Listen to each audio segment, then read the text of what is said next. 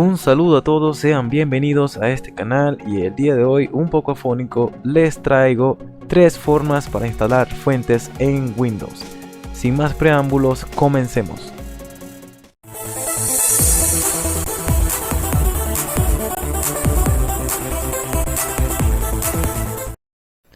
Primera forma, instalación sencilla.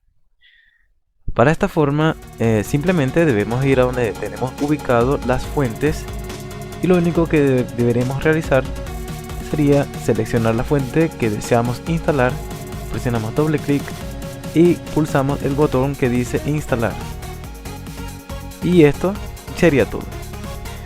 Pero las desventajas que tendríamos con referente a esto es que tendríamos que instalar una a una.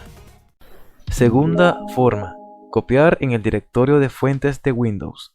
Para esta forma, la ventaja que tendríamos sería que podemos instalar todas o muchas fuentes al mismo tiempo. Lo único que tendríamos que hacer sería seleccionarlas todas, presionamos aquí, las copiamos y nos dirigimos al siguiente directorio. Sería C, Windows, buscamos la carpeta de fuentes, pulsamos aquí clic derecho del mouse y pegamos.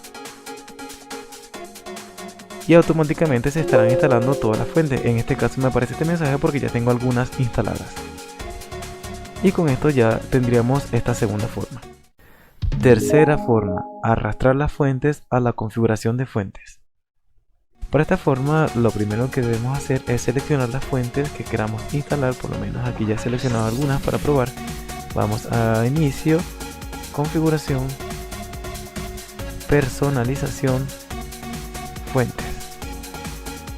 Y aquí vamos a arrastrar las fuentes que queremos instalar y automáticamente se irán instalando las fuentes. Y con esto hemos culminado las 3 formas para instalar fuentes en Windows. Es bastante sencillo, no es nada complicado. Abajo en el link de la descripción dejaré estas 1311 fuentes para que las puedan descargar. Recuerda comentar, darle like si te ha gustado. Hasta la próxima.